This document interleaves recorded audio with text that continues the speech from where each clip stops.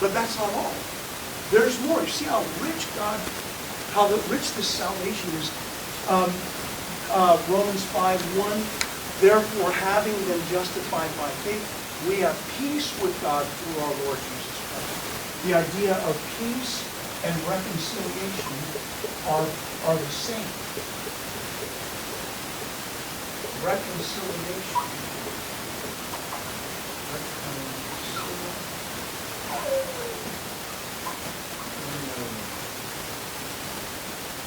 It means to change from enmity to friendship.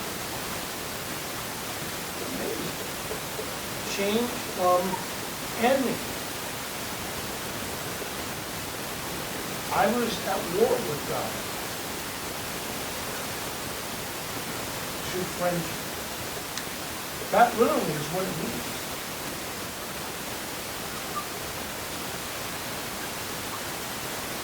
So all of these things are accomplished through Jesus and made real by the Holy Spirit. And why we need so much dependence upon the Holy Spirit. Why we should ask the Father, as Jesus said, for more of the Holy Spirit. Because the more we have the Holy Spirit, the more He's refreshing, the more He's renewing, the more He's encouraging, the more He's strengthening, the more He is speaking. All of those things. The adventure is to learn to cultivate sensitivity to the Holy Spirit. One of that is I'm trying to work with Him to make sure my attitude is right and my mouth is right. Basic stuff. And you don't realize it sometimes. So yesterday, I'm driving home. There's a long line at the right, turn right to get on 160. Of course, you always got the people that are going to cut in line right there. So, but not for me, because I make sure I keep right next to that, because you ain't getting in front of me. Just think. But others are sleeping, they're on their phone, so whoop, right here. So the light turns green. And that lady right there, I don't know if the car's stalling or what, but I looked at my rearview mirror, and I don't know what she was doing, looking at her, but cars are honking their horn. I'm like, oh yeah, so you were in a rush to get in, and now, so you see what I'm doing? I'm having this conversation, kind of with God. And it's just that snarly, critical, nasty spirit, and I'm saying, Father, I don't need to do that. What does that mean? First one. Huh? First in line. First in line. Yeah, but it makes me not what I'm supposed to do. I have to learn to let God be the God. Like, I don't have to be the cop. I don't have to be the judge. I don't have to be the critic. I don't have to be all those things. But that is there.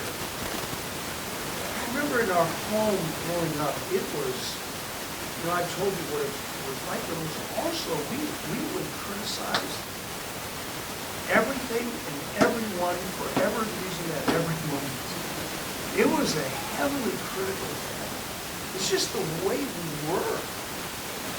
And, that stuff gets imprinted on your grid system. Am I blaming my mom and dad? Absolutely not. Am I recognizing what I came out of so I can have self-awareness and realize? Yes. Have I changed dramatically? Yes. Is it still there? Yes. Do I need the Holy Spirit to show me, to teach me, to walk me through this like I did yesterday? So I did. I said, please help me too. And I don't remember what else I prayed.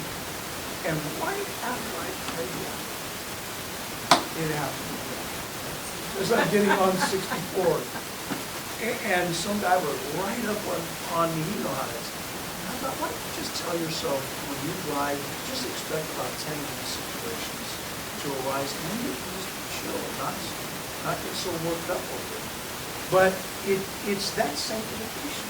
So we've also been sanctified. What does it mean to be, can I erase this now? we're sanctified. Well, what does that mean?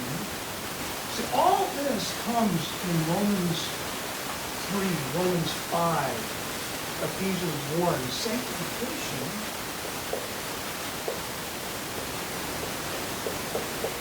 We were not sanctified before Jesus.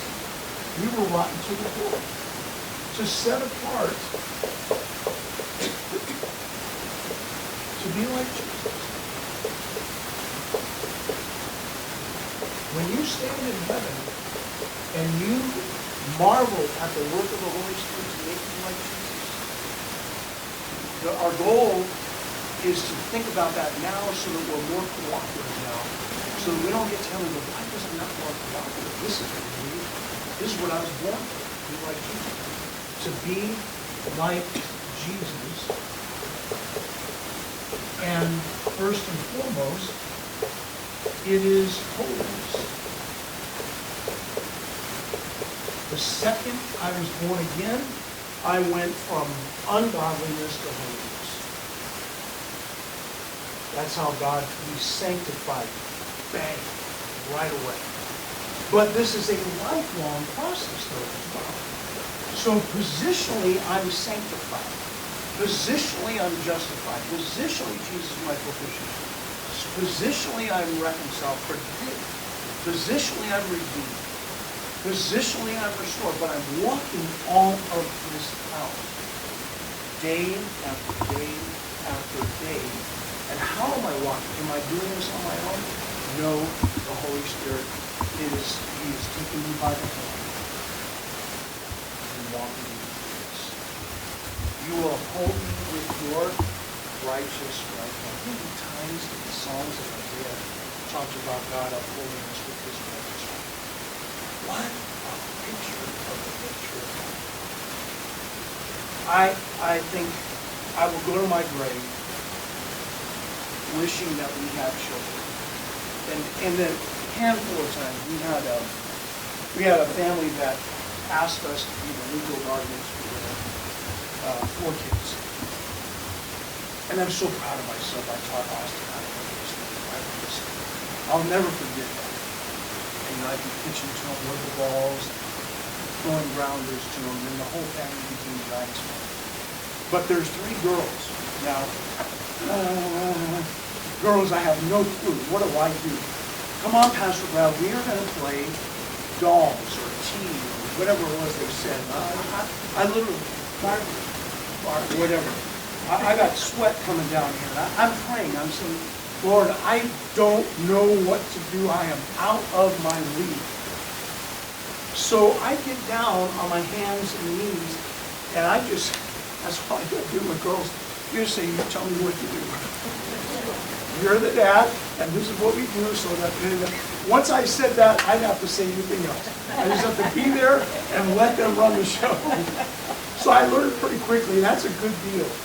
And so Steve and Heidi would go away, and then we would have, I'm still in fear and trembling. I mean, to have responsibility for kids that are not your own is put you in fear and trembling. Because you just think, okay, what's going to go wrong? So one of the girls has a quarter in her mouth. She's walking up the stairs. What do you have in your mouth? She's got a quarter. So then I've got one of them, we're walking from one end of the campus to the other end, the church that we were at. And so, I can't remember which one it was. So I'm holding her hand, and she's pulling the other way. Pastor Brad, I want to go this way, and I don't remember what it's for. So her arm pops out of her socket. And now I just want to crawl away and never come out again. I'm terrified. Because Steve and Heidi are going to go back and no, so Heidi's like, oh no, don't worry about this, happy all the time. Why did you tell us this in the first place? You know, and there were other things. So Julia was my favorite. I didn't play favorite, Julia was my favorite. So we're at an all-church picnic. Steve and Heidi are there, the rest of the kids. We're sitting all together, you know. And Julia, come on, Pastor Brad, take me to the bounce house. Okay. I mean, Julia could have said, take me to the moon, and I would have jumped. And so I get to walk with her by holding her hand. I got to tell you, that just did something to me. And so we get to the baptize. And I mean, there's all kinds of commotion. There's kids everywhere. And I am watching that little girl like a hawk. Her parents are there. Everything's fine. Oh no, I am watching her like a hawk. And someone comes up to me and taps me on the shoulder. Pastor Brad. I said, just 1 second. I turn back and she's not there. The sheer terror. And I'm thinking, no, that this cannot be true. I'm looking and I see everyone knows she's got to be there. Where is she? Where are you, Julia? And she is not there. Now, every worst thing you can think of is racing through your mind. I am terrified. And so I'm looking, now what am I going to do? Am I going to race back and say I've lost Julia? And, with the terror that I was feeling? So I'm looking all around. Then I run back, and there she is, just sitting there like everybody else. It was terrifying. I don't know why I'm bringing this out, but it was just the holding of, maybe some of you take that for granted, I don't know, but for me, that is something that is very, very special. Because what is this all about? It's protection. It's nurture, it's care, it's concern, it's that little girl. I gotta wonder what it would have been like if I was a kid and I had a pastor I could look up to back in the days, or even a coach. But they're looking up to you because you're caring for them. And that, if that is a human picture, how much more is a picture of God I Heavenly Father? Now I can't feel that, I can't see it, but the Word says it. But I will see it when I get to heaven. Because I'm His son. Good morning, good to see you. I am His son. You are His daughter. That is what this is all about. Did I mention reconciliation, change from enmity to friendship, restoration? We're restored, but we're being restored. We are glorified currently, but we're going to be glorified. I mean, for God to do that for us, why? All I can say is drop my jaw and say, who is this God? Who are you? Who are you that you would do this for? And he understood. I mean, Augustine understood. You have made us for yourself, and our hearts are restless until we find no rest. That is the condition of quite a human being. And until we find our rest in Him, we are restless. I'm out of breath. This would be a good time for a question and answer.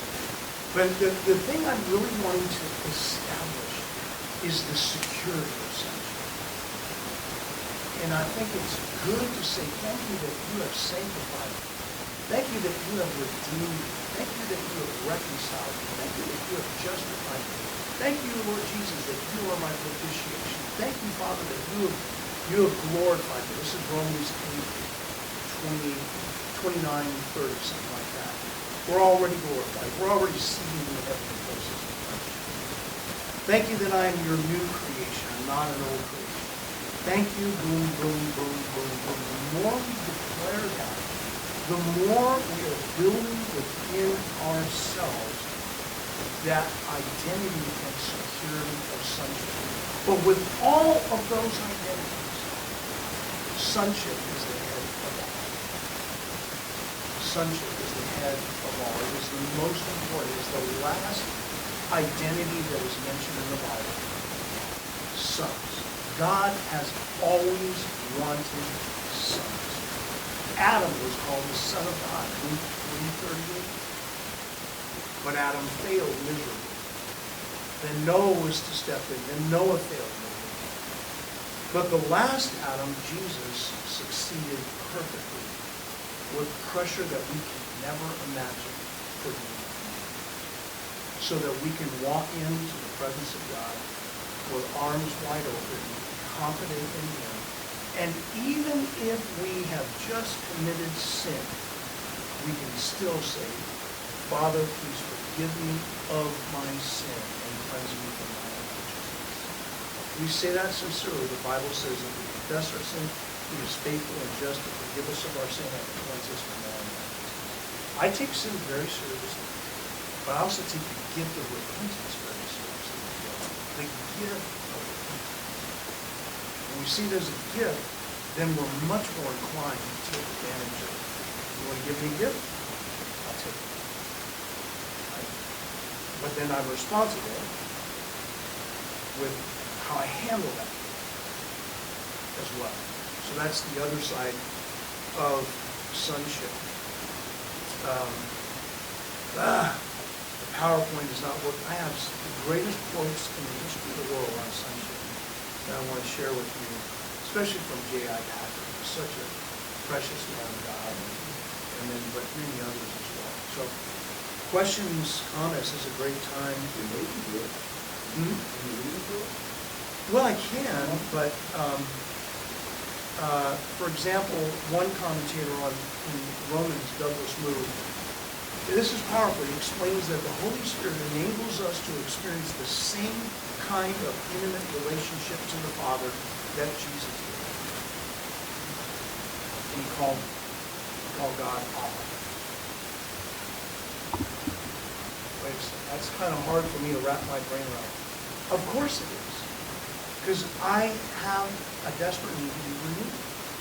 But if I look at the Holy Spirit, He is the one who enables me to live the Christian life.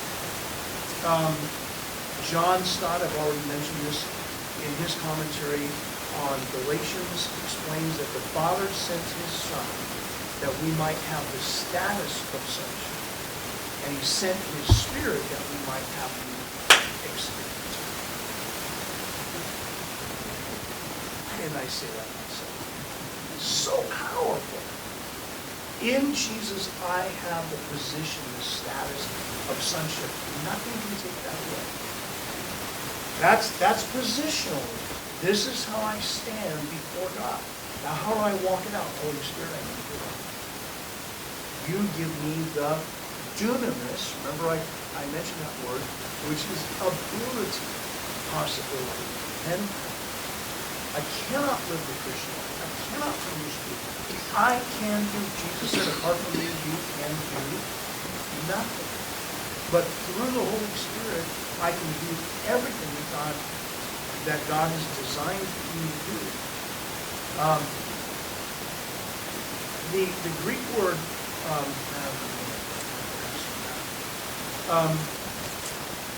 Leon Morris, probably my favorite commentator, in his commentary on Romans, he writes that Abba points to love and to intimacy. And that the Holy Spirit does not cause us to cry, I am God's Son, but rather, God is my Father. But both work. But the primary emphasis is on, thank you that you are my Father, first and foremost, and I am your second.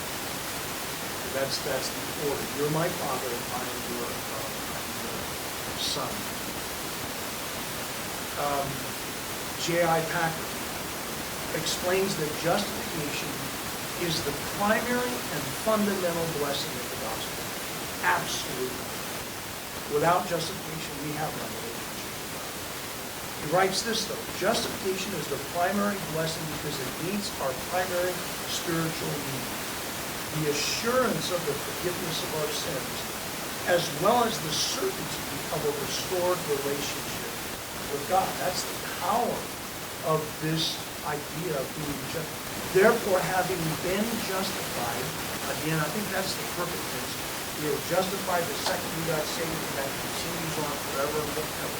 Therefore, having been justified by faith, we have peace with God through our Lord Jesus Christ. Peace, reconciliation, to put from being at enmity into friendship. And what does Jesus call us? No longer do I call you slaves, but I have called you friends.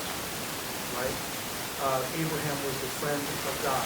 But Patrick goes on and says this. I love it. He says that adoption into sonship is higher than justification. Why? Because of the richer relationship with God that it involves. He writes this: justification is a legal idea, conceived in terms of law. So you've been acquitted. That's what justification means. You're acquitted of all your crimes because someone else paid the price for you. But it's not just acquitted, it's put in a right position. So he says justification is a legal idea conceived in terms of law and viewing God as judge. You can have the reality of justification without any close fellowship with God resulting. Great insight, true statement. I could go around boasting, I am justified and you're not. Woo-hoo! But that doesn't do anything with a relationship with God. And so he goes on and he says, but contrast this with adoption. Adoption is a family idea, conceived in terms of love and viewing God as Father. In adoption, God takes us into his family in fellowship and establishes us as his children and heirs. Heirs of God and fellow heirs of Christ. What are we heirs of? The new heaven, the new earth, the new Jerusalem. Everything. The ground of new creation. The trees, it's unbelievable. But only sons inherit what the Father is providing. So that's the difference. And in those biblical times, it was only the oldest son. Sorry, ladies, you were without. But that's changed. Because now we're all equal before God. And every female receives the same inheritance as every male. And as every second born or third born or whatever. So the elevation is unbelievable. The dignity is breathtaking. So he says, closeness, affection, and generosity are at the heart of the relationship. Watch this. To be right with God the judge is a great thing. But to be loved and cared for by God the Father is great. You see that again? I'll send this all to you. Closeness, affection, and generosity are at the heart. And by the way, I'm writing a book on this subject. Get this thing out, and it'll all be in that book. I just don't know when it'll be written. It'll be a handful of months. Closeness, affection, and generosity are at the heart of the relationship. Here it is. To be right with God the judge is a great thing. But to be loved and cared for by God the Father is greater still. We're not orphans. We're orphans. There's a song.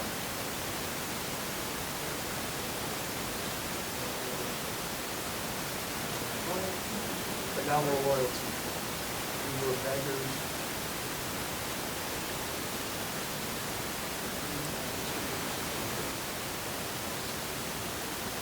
See, it's good that when we catch those lyrics, then we can match them with the reality of what Scripture says. Because the lyrics don't necessarily say Romans 3:23-25, but we can go, oh yeah, I get that. So,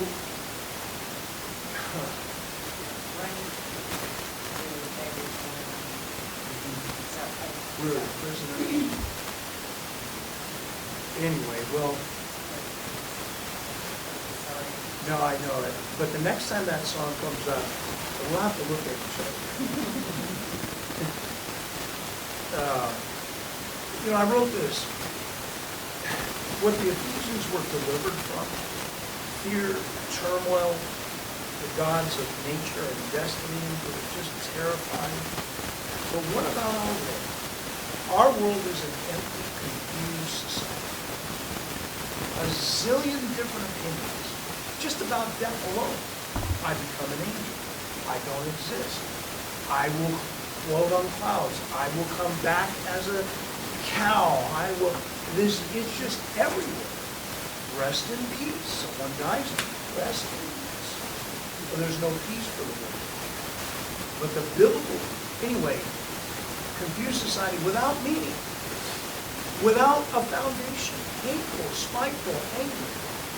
What does our society bow to? The gods of self, of independence, of money, of fame, of leisure, accumulation, sex, opinion, drugs, alcohol, sports, cell phones, laptops, TVs, anything but the God alone who can fill the void. That's our world. It is a broken society without meaningful relationships. Oh, I got thousands of friends on Facebook. I'm going too far on that. And littered with broken relationships because it's a weak society. So God says, that's what you want? Knock yourself out. Until we crash and burn, we have nowhere to look but up. And now we're restored. Now we see the light of the Lord. Now we understand who we are, why we were born, what our purpose is, where we're headed. The differences between us is just absolutely amazing. And this is, I love Jeremiah 2. What injustice did your fathers find in me, that they went far from me and walked after emptiness? That's what we're doing. We're walking after emptiness and become, or the NLT says, they worship worthless idols, only they become worthlessness.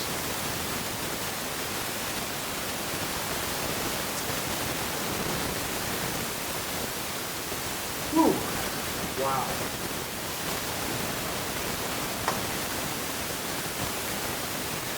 I'm over there. But how did I do?